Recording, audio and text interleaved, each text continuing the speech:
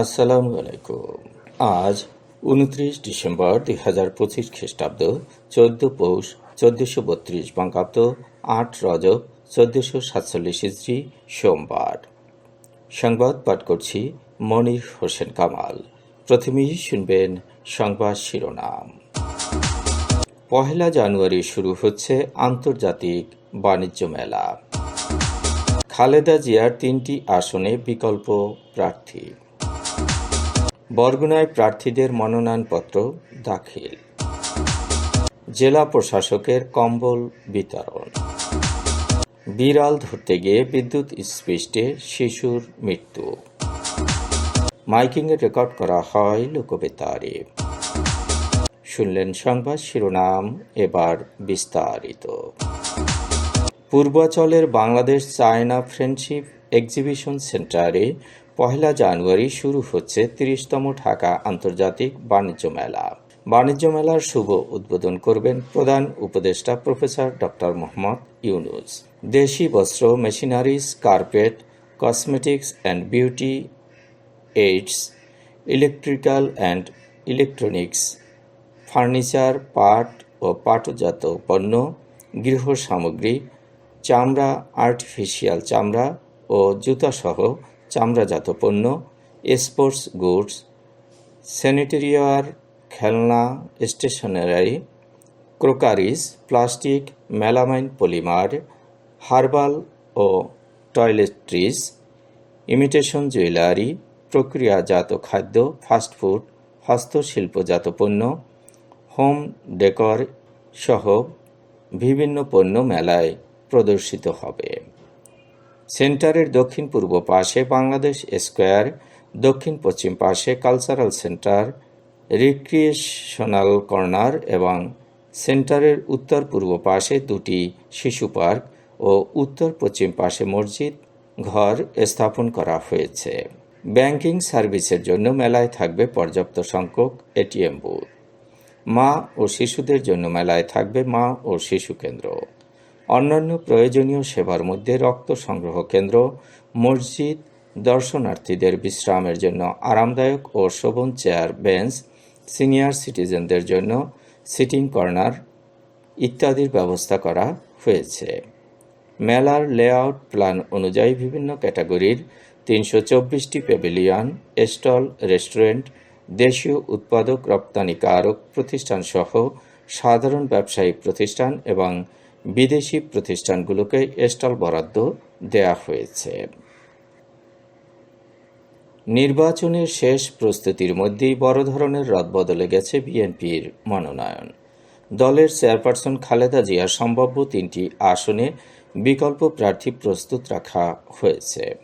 পাশাপাশি দলটি এখন পর্যন্ত অন্তত ১৫টি আসনে প্রার্থী পরিবর্তন করেছে। খালেদা জিয়া বগুড়া, দিনাজপুর ও ফেনীর ৩টি আসনে নির্বাচন করার প্রস্তুতি হিসেবে মনোনয়নপত্র সংগ্রহ ও তার পক্ষে জমা দেওয়া হয়েছে।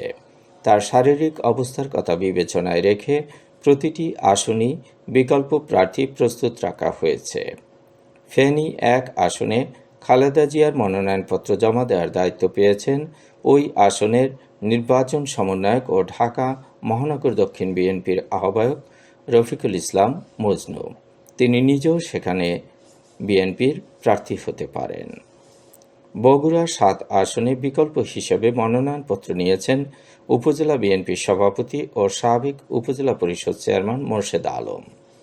দিনাজপুর ৩ আসনে সাবেক পৌর মেয়র সৈয়দ জাহাঙ্গীর আলম দলীয় উচ্চ পর্যায়ের নির্দেশনায় নিজেদের জন্য মনোনয়নপত্র সংগ্রহ ও জমা দিয়েছেন। বরগুনা ১ আসনে জেলা বিএনপির আহ্বায়ক নজরুল ইসলাম মোল্লা, জেলা জামাতের আমির মাওলানা মহিবুল্লাহ হারুন ও ইসলামী আন্দোলন বাংলাদেশের মাওলানা মাহমুদুল হোসাইন অলিউল্লাহ এবং বরগুনা ২ আসনে কেন্দ্রীয় বিএনপির নুরুল ইসলাম মনি ও জামাতের কেন্দ্রীয় শুরা সদস্য ডাক্তার সুলতান আহমেদ মনোনয়নপত্র দাখিল করেছেন।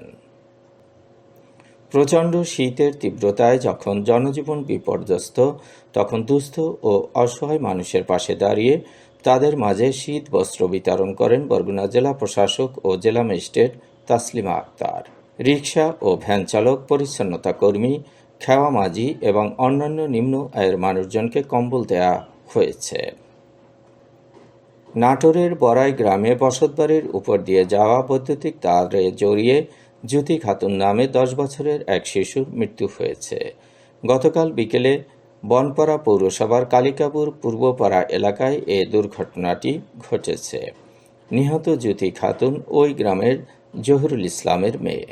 রোববার বিকেলে জ্যোতি নিজ বাড়িতে একটি বিড়াল ধরার জন্য ঘরের টিনের চালার উপরে ওঠে। ওই টিনের চালার ঠিক ওপর দিয়েই নাটোর পল্লী বিদ্যুৎ 2 এর বৈদ্যুতিক লাইন টানা ছিল। বিড়াল ধরতে গিয়ে অসাবধানতাবশত জ্যোতির মাথা ওই তারে স্পর্শ করলে সে বিদ্যুৎ স্পৃষ্ট হয়ে ঘটনাস্থলেই মারা যায়। মাইকিংয়ে রেকর্ড করা হয় লোকবেতারে। সুমধুর ও সুস্পষ্ট কণ্ঠে মাইকিংয়ের জন্য লোকবেতারের বিকল্প নেই। লোকবেতারের সানপ্রুফ স্টুডিওতে করা হচ্ছে গান ও নাটকের রেকর্ড। সেই সাথে লোকবেতারের নামমাত্র টাকায় প্রচার করা হচ্ছে বিজ্ঞাপন। 15 সেকেন্ডের বিজ্ঞাপন প্রচারিত হচ্ছে মাত্র 500 টাকায়। 30 সেকেন্ডের বিজ্ঞাপন 1000 টাকা, 45 সেকেন্ডের বিজ্ঞাপন 1500 টাকা আর 1 মিনিটের বিজ্ঞাপন প্রচার করা হয় মাত্র 2000 টাকায়। নির্ধারিত টাকার বিনিময়ে প্রতিদিন কমপক্ষে 5 বার করে পুরো 1 মাস বিজ্ঞাপন প্রচার করা হবে। মাইকিং ও বিজ্ঞাপনের জন্য যোগাযোগ করবেন 0-1-755-666-445 নম্বরে। এবারই শুনবেন আবহাওয়ার খবর।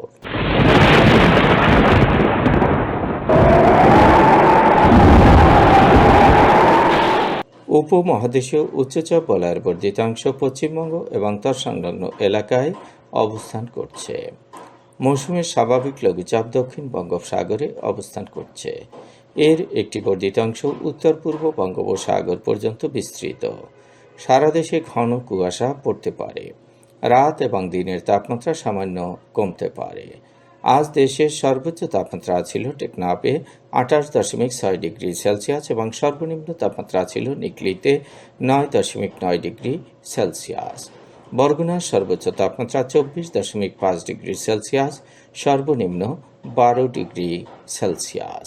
আগামীকাল সূর্যোদয় হবে ভোর 6টা 40 মিনিটে। সংবাদ শেষ করার আগে শিরোনামগুলো আবার পড়ছি। 1 জানুয়ারি শুরু হচ্ছে আন্তর্জাতিক বাণিজ্য মেলা।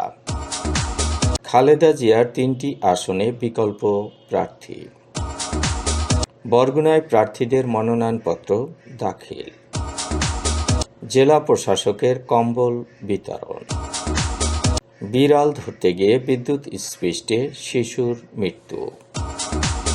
মাইকিংয়ে রেকর্ড করা হয় লোকবেতারে। সংবাদ শেষ করার আগে জানিয়ে দিচ্ছি লোকবেতারের সংবাদ জানানোর মোবাইল নম্বর। আপনার এলাকার গুরুত্বপূর্ণ সংবাদ জানাতে ফোন করুন 0-1-755-666-445 নম্বরে। আর লোকবেতারের সাথে যুক্ত হয়ে গান শুনতে চাইলে SMS করুন 01782973478 নম্বরে।